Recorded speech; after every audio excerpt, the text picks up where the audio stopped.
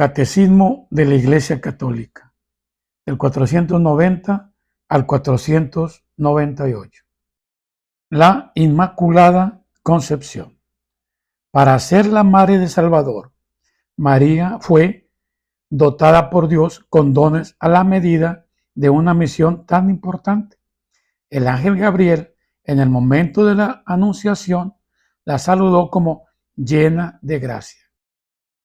En efecto, para poder dar el asentamiento libre de que su fe al anuncio de su vocación, era preciso que ella estuviese totalmente conducida por la gracia de Dios.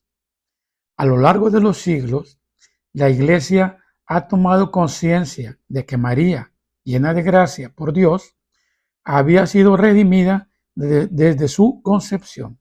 Es lo que confiesa el dogma de la Inmaculada Concepción, proclamado en 1854 por el Papa Pío IX.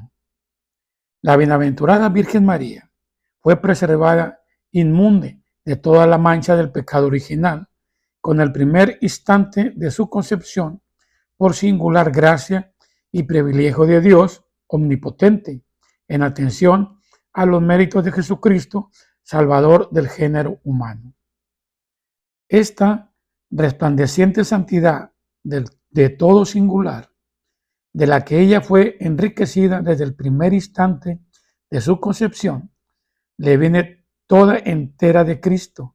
Ella es redimida de la manera más sublime en atención a los méritos de su Hijo. El Padre la ha bendecido con toda clase de bendiciones espirituales en los cielos en Cristo, más que ninguna otra persona creada. Él la ha elegido en el antes de la creación del mundo para ser santa e inmaculada en su presencia en el amor. Los padres de la tradición oriental llaman a la Madre de Dios, la Toda Santa. La celebran como inmune de toda mancha del pecado y como plasmada y hecha una nueva criatura por el Espíritu Santo. Por la gracia de Dios, María ha permanecido pura de todo pecado personal a lo largo de toda su vida. Hágase en mí según tu palabra. Al anuncio de que ella dará a luz al Hijo del Altísimo, sin conocer varón por la virtud del Espíritu Santo, María respondió por la obediencia de la fe, segura de que nada hay imposible para Dios. He aquí la esclava del Señor. Hágase en mí según tu palabra. Así, dando su consentimiento a la palabra de Dios, María llegó a ser la madre de Jesús y, aceptando de todo corazón la voluntad divina de salvación, sin que ningún pecado se lo impidiera, se entregó a sí mismo por entero a la persona y a la obra de su Hijo para servir en su dependencia y con él, por la gracia de Dios, al ministerio de la redención. Ella, en efecto, como dice San Irineo, por su obediencia fue causa de la salvación propia y de la de todo el género humano. Por eso, no pocos padres antiguos en su predicación coincidieron con él en afirmar: el nudo de la desobediencia de Eva lo desató la obediencia de María.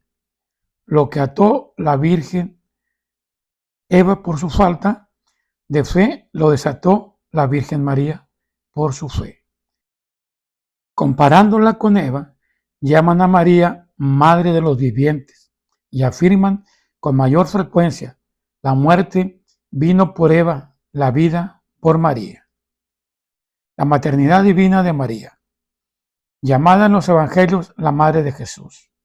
María es aclamada bajo el impulso del Espíritu como la Madre de mi Señor. Desde antes del nacimiento de su Hijo, en efecto, aquel que ella concibió como hombre por obra del Espíritu Santo, que se ha hecho verdaderamente su Hijo según la carne, no es otro que el Hijo eterno del Padre, la segunda persona de la Santísima Trinidad. La Iglesia confiesa que María es verdaderamente la Madre de Dios.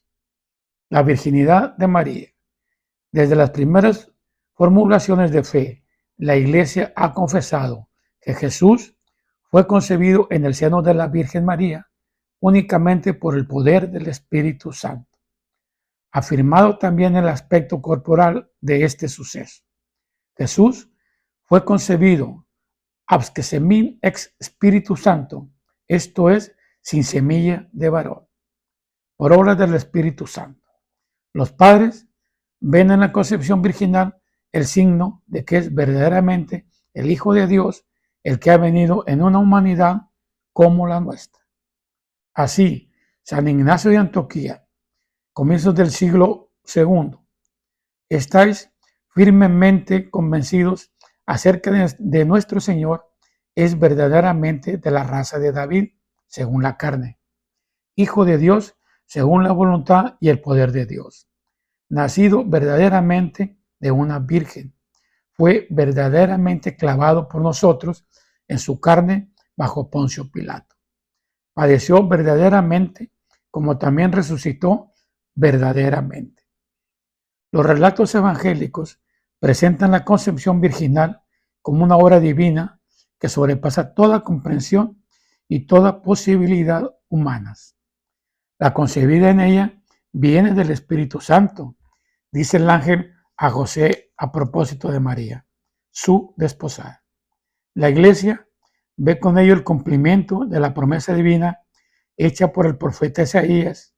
He aquí que la Virgen concebirá y dará a la luz un hijo, según la versión griega. A veces ha desconcertado el silencio del Evangelio de San Marcos y de las cartas del Nuevo Testamento sobre la concepción virginal de María. También se ha podido plantear si no se trataría en este caso de leyendas o construcciones teológicas sin pretensiones históricas, a la cual hay que responder. La fe en la concepción virginal de Jesús ha encontrado viva oposición, burlas e incomprensión por parte de los creyentes judíos y paganos. No ha tenido su origen en la mitología pagana ni en su adaptación de las ideas de su tiempo.